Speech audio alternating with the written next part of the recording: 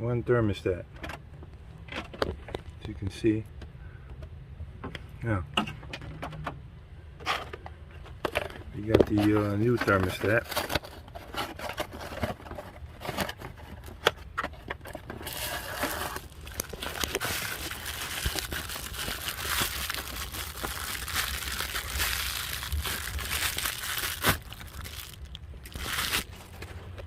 And see, it's the new thermostat. We're going to put that in there. And when you put this in, this point has to go toward the top. See? And it fits right in there.